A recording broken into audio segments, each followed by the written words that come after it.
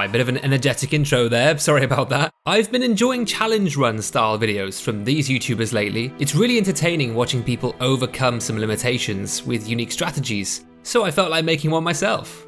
In Dark Souls Remastered, you'll find crystal golems, crystal caves, and even primordial crystals of immortality. And that's why I've made The Geologist.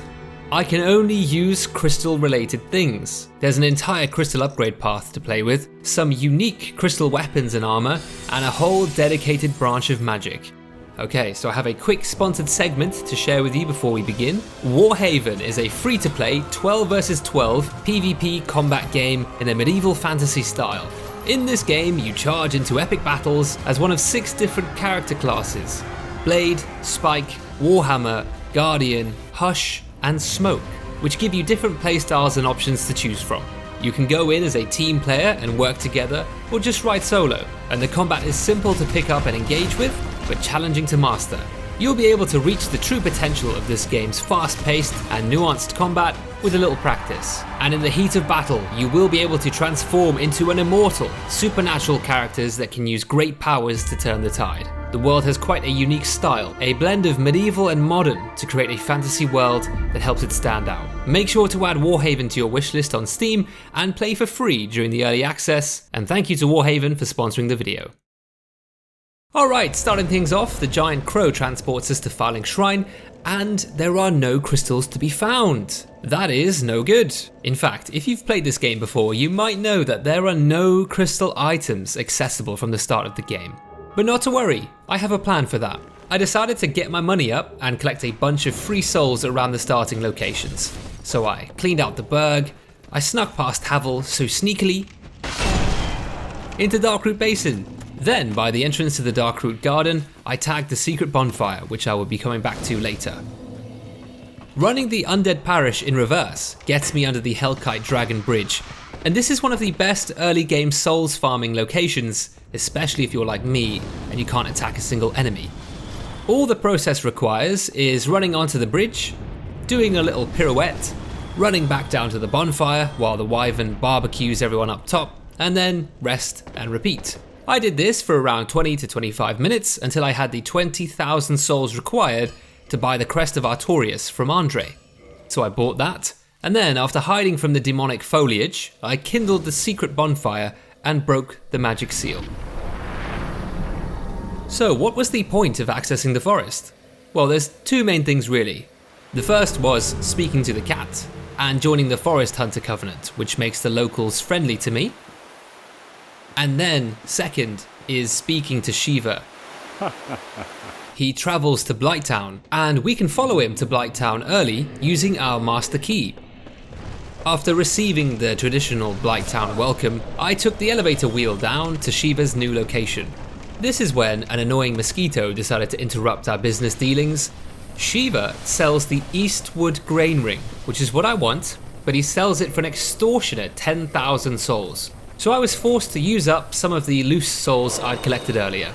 This ring slows down the loss of weapon durability, which is an item that will be crucial for this run, for reasons that will become obvious very soon.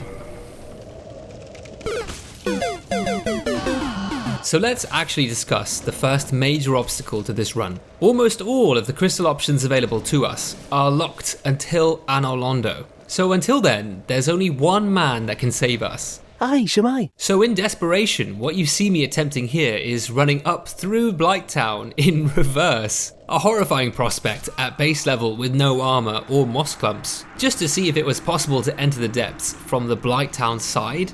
Something I had never considered before because why? Anyway, I found a screenshot online which confirmed that this isn't possible, which honestly was a relief because at this point I had more toxin than brain cells. So my friends, we are left with no other option but to try out a skip. Thankfully, this will be the only exploit I need to use for this run, and it involves passing through the door to the depths without a key. From the upper Undead Berg bonfire, I ran up the side of the nearby building and onto the wooden platform, lined myself up with the corpse, and carefully jumped onto a chimney down below. I had to start running into the wall to jump into this exact corner So now we are in what's called a death cam state. The death cam mechanic describes a top-down camera view in Dark Souls that is normally only supposed to be activated when the player is about to die from a fall. We just triggered the death cam without dying in the process. Now while death cam is active, the currently loaded state of the map will not change anymore, preventing new parts of the map from being loaded, such as assets like ladders, fog gates, and doors. Which ultimately means we can skip past the door to the depths. There were still a few butt-clenching moments, but I'm happy to say I made it. Now that I've activated the bonfire in the depths, I'm trapped. I can't go back through the door because I never unlocked it, and I cannot leave the depths into Blighttown until I defeat the gaping dragon. Every area is bad when you have no armor and base health, but the depths are particularly annoying because of their tight sewers. Since these sewer walkways were blocked off to me, I went down the drainage shortcut instead. I've always enjoyed role-playing the contents of a toilet, so that was great. Dommel is a merchant who likes to hang out in the most obscure areas of the game, and luckily for this challenge, he sells unique crystal equipment that cannot be found anywhere else. This includes the Crystal Straight Sword, Crystal Greatsword, and Crystal Shield. The cheapest was the sword at 4,000 souls, and I was really worried I wouldn't have enough, or that it would break before I managed to beat the gaping dragon, and then I'd be trapped in the depths forever. So I made the decision to loot the rest of the depths and gather any souls I could find. Kinda turned out to be a mistake. I got trapped and insta-cursed by the basilisks while looting the area, which to be clear meant I have less than 300 health points. And now I cannot even reverse hollowing to kindle the bonfire, so I'm stuck with a minimum 5 Estus flasks as well. Using some of our souls, I bought the Crystal Straight Sword. With a requirement of 16 strength and 10 dexterity, I can only use this in 2 hands for now, but that's fine because I don't have a shield yet anyway. It feels so good to be able to defend myself, and even going on a raiding party to take out the Chandler in the area. Always a smart thing to do if you don't want to be sniped from above during the boss fight. Now that I can kill things, I decided to put a few souls into Vitality to get a little more health, and then went for a practice run on the Gaping Dragon to see if I could survive any direct hits. Turns out I could not. The good news is, crystal weapons might be rare, and they might be fragile, but they hit quite hard. This Crystal Straight Sword cannot be upgraded or repaired, but it's roughly equivalent to a +8 longsword by default. That means the Gaping Dragon's 4,500 health points aren't looking as intimidating as normal, especially when I'm attacking the snoot for extra damage. The one move I was terrified of was the corrosive pool of yellow acid that the dragon emits. That can destroy your equipment durability, and crystal equipment is unique for having extremely low durability and it can't be repaired. What the Eastwood Grain Ring does, which is what I have, it increases the number of hits needed to lose 1 durability point. In essence, it doubles the amount of durability you have, which is why I felt it was so necessary to join the Forest Hunters and develop Shiva's questline first before coming into the depths. After a couple of attempts, I got a run with no jumping, flying attacks, because my health was so low. Even if I escaped the landing, the shockwave killed me. No corrosive acid either, thankfully. With the Blighttown key and 25,000 souls weighing down my pockets, I checked in with Dommel on my way out to buy a Crystal Greatsword, the Crystal Shield, and a backup Crystal Straight Sword, and I made a discovery. I think Dommel has an unlimited inventory. He doesn't seem to have a stock number. I leveled up strength to 16, so I can one-hand the Crystal Straight Sword if I want, and gave myself a little more health, even though obviously I'm still cursed. Now, although I am making a grand escape into Blighttown, I don't have plans to face Quelaag just yet. Out the tunnel, into the Valley of the Drakes, and then back through the New Londo elevator into Firling Shrine. It feels so good to be back in the open air after the stench of rats and sewage, and it feels even better to know that my curse will soon be lifted.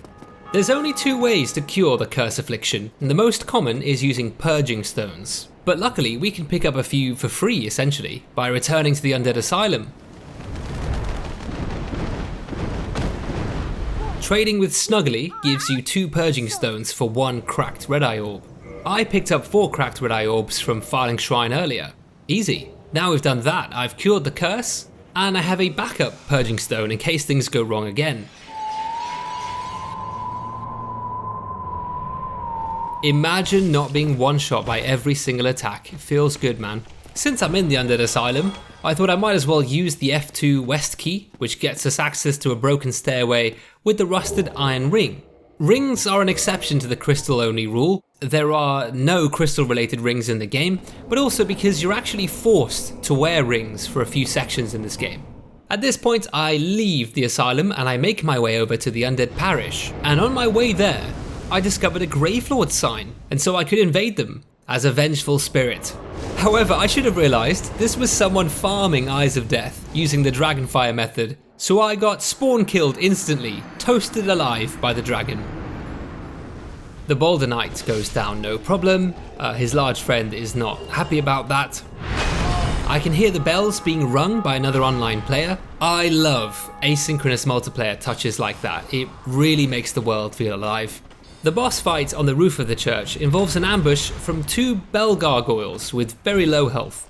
This fight was a breeze. As we previously discovered, the Crystal Straight Sword deals decent damage at the beginning of the game.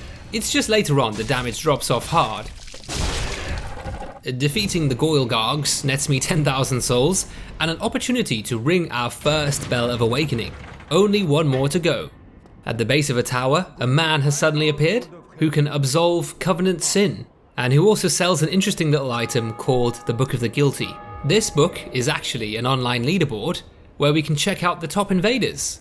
Ah yes, I too am a big fan of the maxed out 99 stats at level 35. Speaking of good taste, I kicked off Lautrec to his death on my way back to Blighttown. Other than Shiva and one more that I won't mention yet, there aren't really any NPC questlines we have to worry about for this playthrough, so I'd rather just have the Firelink bonfire available for convenience. When it comes to the Chaos Witch, if you have a long enough weapon you can hit the human part of her and she staggers easily. I don't have a long weapon though, but again I was doing reasonable damage, so can't complain. That being said, on my first attempt I got caught by her rarest attack. If you get around behind her and smack her abdomen, she spews out lava chunks and they do a lot of damage. But I defeated her on the 4th try just by staying close to her. If you do that, most of her attacks actually just miss. 20,000 more souls in the bank, and the second Bell of Awakening to ring. This one opens the entrance to Sen's Fortress, and that's where we'll be heading next.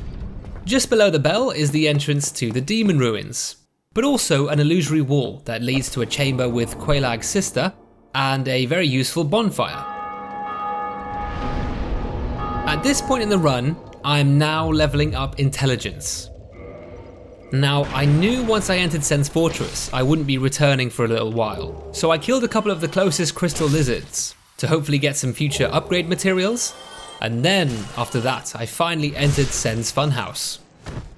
This area is where the damage of the straight sword drops off a cliff, but I had 16 strength, which meant I could equip the crystal greatsword if I put it in 2 hands, and once again, it's really not as bad as I'd always heard people say.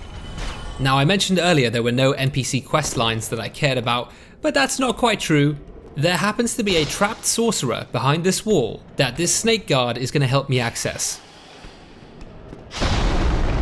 I repay the snake's generosity with violence, and Big Hat Logan approves. Since we have the master key, we can open his cage slightly early, but the main thing is he will be essential to our plans later on, and he's now free. I made sure to kill the giant who opened the gate into Sen's Fortress. Nothing personal, but as you may have noticed, I've been collecting Titanite chunks. These are upgrade materials that initially are very hard to get, and we'll need them once we get to Anolondo. Look at the size of that thing. I ran upstairs first to take out the firebomb giant. Not to mention, it's worth coming up here anyway, just so you can do this. I was pretty certain the Crystal Greatsword would do enough damage, or at least enough poise damage for the leg trick to work on the Iron Golem, and once I stopped being trampled on, I succeeded in crippling his leg and sending him off the edge. A very dishonourable victory, some might say, but 40,000 souls is 40,000 souls, so I say it's time to put pride aside and take a flight to Sun City. After the cutscene, I leave the Batwing demons and make my way down to the bonfire next to the Dark Moon Knightess. This is a perfect opportunity to dump all my Iron Golem souls into intelligence and check the durability of my Crystal Greatsword. 54 out of 60.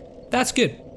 The Eastwood Grain Ring really proving its worth here, because once this greatsword gets to below 18 durability, the weapon becomes at risk and deal 30% less damage compared to normal. So when that happens, we'll probably need to swap to something else. Right across the courtyard from the bonfire is a room with 2 sentinels and a suspicious looking chest. And this one has one of the most unique drops in the game, the Crystal Halberd. The giant blacksmith in Anor Londo can ascend weapons down the crystal path. You can only do this to a standard weapon at plus 10 already. So the fact that you can find a crystal weapon at the beginning of Anor Londo is massive. Not to mention the Crystal Ember is locked until the Duke's Archives anyway. Although the durability is extremely concerning, crystal weapons are reduced to 1/10 of its original durability, meaning this halberd has just 20 durability points to work with. And if you think about it, it's really only 14 points, because once it gets to 6 durability, it's going to change to at risk. The Silver Knight archers were no problem at all, and I backstepped onto the cathedral in style. I made my way into the interior and decided to kindle the bonfire there because it's the one I'd be using on my runs to the boss. This obviously meant I was human, and therefore got invaded shortly afterwards by a player named Paladin, who gave me a good fight, ending with me being caught off guard and unfortunately defeated. Hello! One of the undeniable best bosses in the Souls series is found at the end of Anor Londo. It's a fight with 2 phases, but you choose the second phase. And it ended up being the biggest challenge I'd faced thus far with my restrictions. Not to say the Crystal Halberd wasn't putting in work, but it's just been so many years since I played this boss that I kept messing up the timings, especially coming from the really generous movement of Elden Ring. I'd be curious to know which attack people have the most trouble with, but for me it's Ornstein's gliding stab attack. Around attempt 6 I killed Ornstein, which gives me supercharged Smo for the second phase. And I had purchased gold pine resin from Dommel before I left the depths earlier, which I decided to use here. I had good success with baiting his charge attack and then running in for a counter. I was pretty close to getting him this attempt, but one of his charge attacks went on for longer than normal and I panic rolled and got caught. So I decided to kill Smo first to see if that made things any easier. Super Ornstein is very intimidating. Despite being so large, he's very agile, and the hitbox is different to Smo, meaning my thrusts often whiffed between his legs. That sounded weird. In the very next attempt, I chose Super Smo again in phase 2, and apart from a couple of close calls, I ended up victorious and poked his crotch to death. Doing this gave us 50,000 souls and access to Princess Guinevere and the Lord Vessel. Now we have the ability to warp between certain bonfires, which really opens up the game. I used this ability straight away to warp back to Firelink Shrine and let Frampt have his way with me. Or in other words, take me down into the Firelink altar. Here we can place the Lord Vessel, which removes the seals from the late game areas that we need to visit. One of these magical seals was blocking access to the Duke's Archives, which is where we're going next, because this area is Crystal Heaven, and we could use some upgrades. The entrance to the Duke's Archives are guarded by 2 heavily armoured boars, which, after the many attempts on Ornstein and Smo, caused my delicate Crystal Halberd to finally break. But since I was next to a bonfire and now had the ability to warp, I quickly stopped off at the Giant's Blacksmith to upgrade my Crystal Halberd to +1. The Duke's Archives definitely ups the difficulty a bit. There's a lot of ranged attacks flying around in this area, especially from the Chandler mini-bosses. And they also have an annoying habit of buffing all the undead crystal soldiers nearby. Also, just for educational purposes, this is what it looks like if you forget to check your chest before opening it. What's funny is this mimic, if you kill it properly, actually drops a Crystal Knight shield. So in theory, I could use it, but it's just bad. As we make our way up the elevator to the first encounter with Seath, our way is blocked by the most beautiful enemy we've seen so far. A majestic Crystal Knight dressed in the full crystalline armor. And maybe soon we'll look like him. As we pass him and make our way up this beautiful hallway, their sheer dazzling crystalline splendor is a treat for the eyes.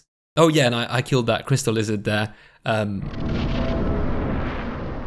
For those who don't know, this is a mandatory death, but I would really rather not get cursed again. Anyway, this is why we had the backup purging stone thanks to Snuggly. I used it to remove the curse as I left the prison cell. Silent alarm activated! When the alarm is on, some of Seath's experiments are released. Very intimidating, but I realized the crystal halberd made short work of them. At the base of the tower, we're reunited with our friend Big Hat Logan, and he's trapped in a cell as well, and I promised to come back and rescue him. After disabling the guards and the alarm, I picked up the archive tower key and used it to make a prison escape at the top. I eventually descended to a balcony with a bonfire that overlooks the inner garden. Before that, there's a smaller secret library, which is actually where you find the crystal ember. There's also the archive tower cell key in one of the chests. And hey, I got the symbol of avarice from the mimic in there. Now I plan to use that cell key to rescue Big Hat Logan, but he has to wait, I'm afraid, because I'm too excited to finally get the only armor I'm allowed to use in this challenge. I'm tired of looking like a crusty hollow zombie. Finally, this is the full crystalline set, and it's simply magnificent. They really didn't have to go so hard with the crystal growths, but I'm so glad they did. Using the key we got from the chest, we free him from captivity, and then he moves into the darkness, in the secret library room where he offers to sell us some spells. I now need to buy all of them, 183,000 souls. But what I ended up doing was locking myself in the Darkroot Forest and farming the Forest Hunter NPCs. It worked well, although it was slow.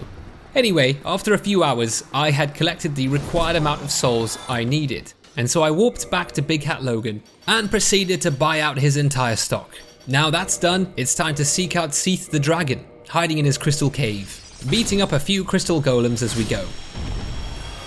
There are wondrous golden crystal golems in here who are beautiful. They don't drop anything good, but they do drop themselves sometimes, apparently.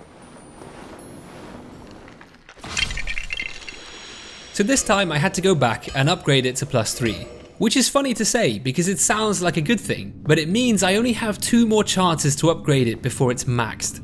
And then when it breaks at +5, it will be broken forever. Okay, time to fight Seath the Scaleless. He draws his strength from the primordial crystal. I knew as soon as I saw it, it was the most incredible crystal in existence. If I can't have it, then Seath can't either. Seath wasn't happy about my decision and cursed me for the 3rd time this run.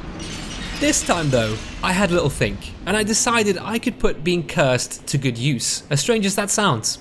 I've said it before, we can use setbacks to our advantage. It's all a matter of perspective. And so, I took to New Londo Ruins, and there I would lower the water level, which would help me out massively later on. The flooded ruins of the city are plagued by ghosts, and they actually cannot be damaged at all, unless you have a special type of weapon, or a transient curse item. The one exception to that rule is if you become cursed. This gives you the ability to attack and defend the ghosts for free, aside from the fact that you're cursed. Yeah. This area has no bonfire, so patience is key. I made my way through the legions of ghosts and eventually made it onto the rooftop where Ingward resides. And he gives us the key to the seal, which is crazy because we just met him. He also offers to heal us from our curse, which is another reason I came here, but first I made sure to fight through the ghosts and use the key to access the machinery that drains the ruins into the neighbouring Valley of the Drakes.